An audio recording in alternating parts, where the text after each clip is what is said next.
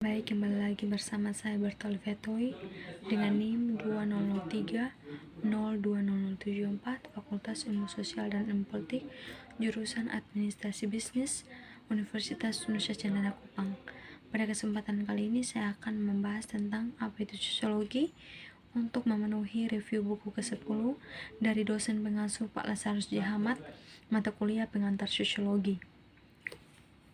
Jadi perlu kita tahu apa itu sosiologi. Jadi sosiologi adalah ilmu yang mempelajari tentang studi sistematis dan ilmiah perilaku seorang manusia, baik itu secara kelompok sosial maupun masyarakat.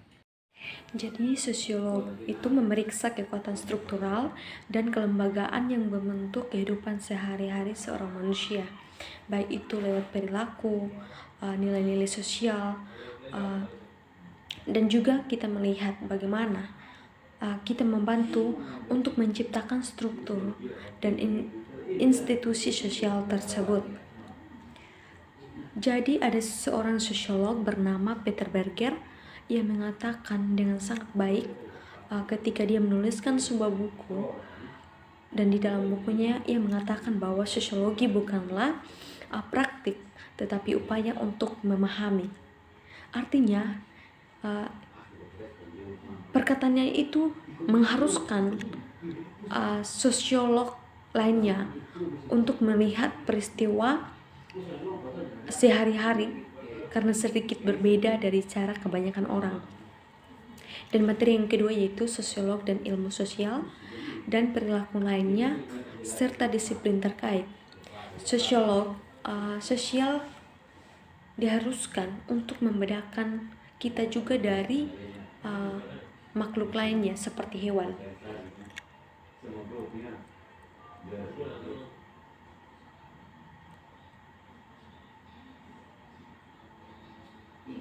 Tetapi pada saat yang sama kita memperoleh banyak manfaat sosial dari proses tersebut.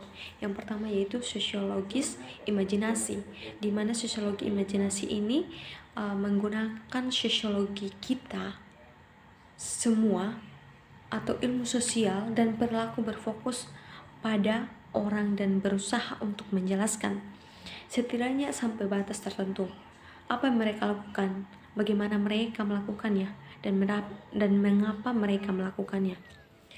Dan sosiologi adalah seperti yang kita katakan tadi bahwa ilmu yang mempelajari tentang perilaku manusia dengan penekanan pada struktur sosial maupun baik kelompok sosial maupun interaksi maupun masyarakat. Adapun psikologi adalah ilmu yang mempelajari tentang perilaku manusia dengan penekanan pada individu atau perorangan, kepribadian, dan biologi. Antropologi adalah ilmu yang mempelajari tentang perilaku manusia di masa lalu dengan penekanan pada budaya dan masyarakat praindustri. Sejarah adalah peristiwa perilaku manusia dalam penekanan pada orang atau peristiwa di masa lalu atau kejadian di masa lalu. Ekonomi adalah ilmu yang menekankan pada ekonomi atau pertukaran barang dengan jasa. Ilmu politik lebih menekankan pada institusi politik, pemerintahan, kekuasaan, dan otoritas. Peradilan budaya juga adalah bidang terapan yang menggunakan teori sosiologis dan kriminologi untuk menjelaskan penciptaan, penyebab, dan pengendalian kejahatan atau masalah yang berfokus pada prosedur pidana, penegakan hukum, dan koreksi. Pekerjaan sosial juga menerapkan bidang tertentu dengan menggunakan teori sosiologi dan psikologi untuk menjelaskan masalah sosial dan untuk mengoperasikan lembaga yang dirancang untuk mengurangi beberapa konsekuensi dari masalah tersebut. Adapun sosiolog yang bernama C. Ward Mills yang dimana pada tahun 1959 berpendapat bahwa hal tersebut mengharuskan kita untuk memahami hubungan antara sejarah atau peristiwa yang telah terjadi di masa lalu untuk membentuk nilai dan kepercayaan seluruh masyarakat, dan juga biografi atau pengalaman hidup individu atau perorangan dalam masyarakat tertentu. Jadi hubungan tersebut sangat penting dan seringkali diabaikan, tetapi sangat penting lagi untuk pemahaman sosiologis karena menempatkan perilaku individu dalam konteks sosial yang lebih luas. Jadi sosiologi juga mempelajari pola perilaku untuk menarik kesimpulan umum tentang masalah sosial yang melampaui efek masalah pada individu tertentu. Misalnya meskipun alkoholisme mungkin memiliki konsekuensi yang menghancurkan bagi pecandu alkohol dan keluarga dekatnya, tetapi sosiologi berfokus pada masalah alkoholisme yang lebih besar dan dampaknya terhadap masyarakat. Jadi studi sosiolog kita tahu bahwa kebangsaan, ras, usia, jenis kelamin, orientasi seksual, profesi politik, agama, dan sejumlah faktor sosial lainnya, dan sangat mempengaruhi sudut pandang dan tindakan kita. Memahami kehidupan dalam masyarakat global, kita harus tahu apa itu global sih. Jadi global adalah sesuatu perubahan. Globalisasi juga mengacu pada keterkaitan di antara orang-orang di seluruh dunia, dan ini adalah proses di mana barang, informasi, orang, uang, komunikasi, mode, dan bentuk budaya lainnya bergerak melintas batas negara. Jadi menurut Lemar, seorang sosiolog, globalisasi mengubah setiap hal. Beberapa hal sosial dapat dibentuk kembali atau terancam dan tidak bisa lagi diterima begitu saja. Kesadaran global juga membantu kita untuk mempertanyakan kesalahpahaman budaya dan stereotip media tentang orang-orang yang tinggal di negara dengan budaya yang sangat berbeda dari budaya kita. Mengenali keberagaman. Bayangkan sebuah dunia di mana setiap orang persis sama dan bahkan dianggap mirip, bertindak sama, berbicara sama, dan berpikir pula hampir sama. Jadi betapa dunia yang sederhana itu tidak menarik. Jadi global itu telah meningkatkan mobilitas di banyak tempat dan menyediakan mosaik sosial orang-orang dari latar belakang yaitu ras dan etnis yang berbeda, kebangsaan yang berbeda, agama yang berbeda, dan budaya juga yang berbeda.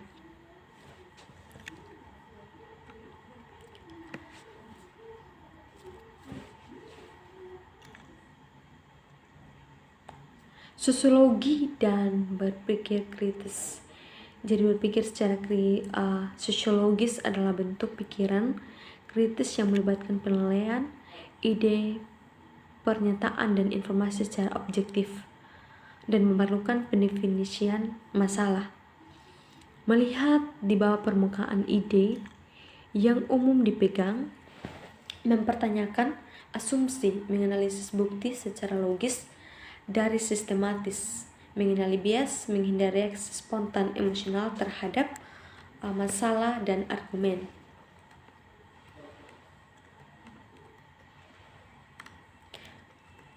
Ada juga jenis ide, yaitu sebuah model konseptual tipologi yang dibagundari pengamatan langsung sejumlah kasus tertentu dengan mewakili kualitas esensial yang ditentukan dalam kasus tersebut.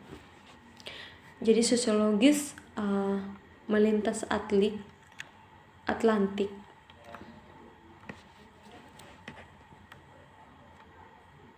Fungsionalisme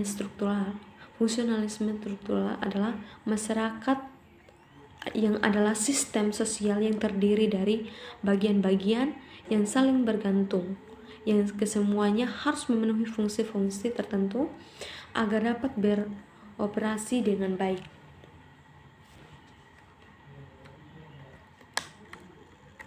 Simbol-simbol yang berarti definisi situasi. Jadi sosiologi terapan ini menggunakan prinsip-prinsip sosiologis, cita-cita sosial dan etis, pertimbangan untuk memajukan masyarakat. Paradigma. Jadi paradigma ini adalah seperangkat asumsi dari ide yang memandu pertanyaan penelitian, metode analisis dan interpretasi dan pengimbangan teori.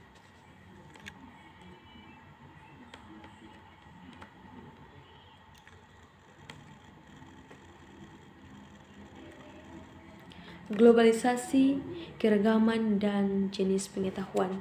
Kebanyakan dari kita ada yang ingin tahu tentang diri kita sendiri, bahkan orang lain. Kita ingin tahu bagaimana dan mengapa sesuatu terjadi.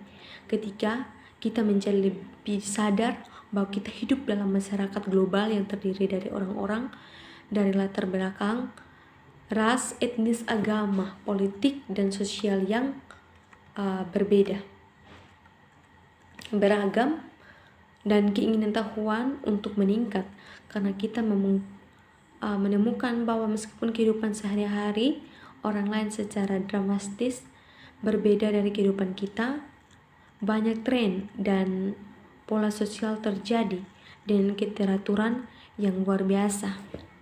Pengalaman yaitu cara umum untuk mendapatkan pengetahuan adalah melalui pengalaman yang mengandalkan pembelajaran, coba-coba atau uji coba. Salah satu penulis teringat saat dia mewawancarai seorang petani Ames Orde Lama, sementara dua putra mereka yang berusia 5 tahun bermain dengan kura-kura kecil. Saat anak laki-laki Ames memegang kura-kura di satu tangan, dia akan mengulurkan tangan yang lain dan mengetuk paruh kura-kura dengan jari telunjuknya, menyentaknya saat hewan itu membentak udara tanpa membahayakan. Tradisi budaya adalah cara kedua untuk memperoleh pengetahuan adalah melalui tradisi budaya, di mana faktanya yang diterima dengan diturunkan dari generasi ke generasi. Para petani dan peternak di Amerika Midwest misalnya tahu bahwa membakar padang rumput mereka lebih awal setiap musim semi membantu untuk menghilangkan semak-semak yang mati sehingga rumput yang bergizi bisa mendapatkan awal yang lebih baik untuk pengembalian musim panas. Sosiologi dan pengetahuan ilmiah dalam upaya untuk menunjukkan kredibilitas ilmu mereka, para ilmuwan sosial dan perilaku menekankan prosedur penelitian yang canggih dan teknik tastis untuk mengumpulkan, menganalisis dan menafsirkan data. Yaitu tujuannya ilmu tersebut untuk pengetahuan dan untuk mendapatkan pengetahuan tentang fenomena tertentu agar dapat memprediksi dan mengontrol hasil dalam situasi tertentu dengan lebih akurat. Jadi beberapa orang berpendapat bagaimanapun bahwa karena subjek sosiologi berkemauan bebas berpikir manusia, perilaku mereka tidak dapat diprediksi.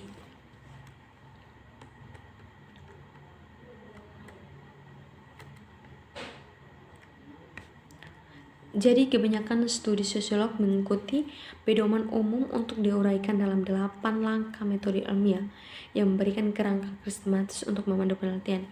Dan yang pertama itu pernyataan masalah. Pernyataan masalah itu langkah pertama dalam penelitian sosiologis untuk membuat pernyataan penelitian. Yang kedua yaitu review literatur. Review literatur itu setelah menyatakan masalah penelitian atau yang mengembangkan pertanyaan penelitian. Sosiologi untuk mencari penelitian sebelumnya untuk menentukan apa yang sudah diketahui tentang. Jadi ada 4 metode ilmiah yang dibuat dalam membuat sesuatu penelitian. Yang pertama yaitu pernyataan masalah. Pernyataan masalah itu adalah langkah pertama dalam sebuah penelitian sosiologi untuk membuat pernyataan penelitian. Dan yang kedua yaitu review literatur. Setelah menyatakan masalah penelitian atau dapat mengembangkan pernyataan penelitian, sosiologi juga mencari penelitian sebelumnya untuk menentukan apa yang sudah diketahui tentang masalah tersebut. Dan yang ketiga yaitu pengembangan hipotesis dan pernyataan tujuan penelitian yang berdasarkan apa yang telah diketahui tentang suatu topik, maka peneliti mengembangkan hipotesis tersebut, yaitu menyatakan bahwa proporsional tentang hubungan antar konsep atau variabel yang diteliti. Hipotesis juga menuliskan demikian rupa sehingga dapat diuji dan didukung atau ditolak menurut peneliti. Kadang-kadang alih-alih hipotesis teoritis, para peneliti mengembangkan tujuan tersebut atau tujuan penelitian mereka yang menguraikan tujuan atau tujuan tertentu untuk proyek penelitian. Dan yang keempat, pilihan desain penelitian untuk menguji teori dan hipotesis atau untuk mencapai tujuan penelitian. Sosiolog juga mengumpulkan data, yaitu fakta dan informasi. Beragam metode penelitian dapat digunakan termasuk analisis sekunder terhadap data yang tersedia, percobaan, survei, dan penelitian lapangan seperti wawancara gratis, observasi partisipan, dan studi kasus. Jadi ini saja tentang materi tentang apa itu sosiologi yang dapat saya bagikan pada malam hari ini. Jadi kita akan bertemu lagi dalam review buku selanjutnya. Terima kasih.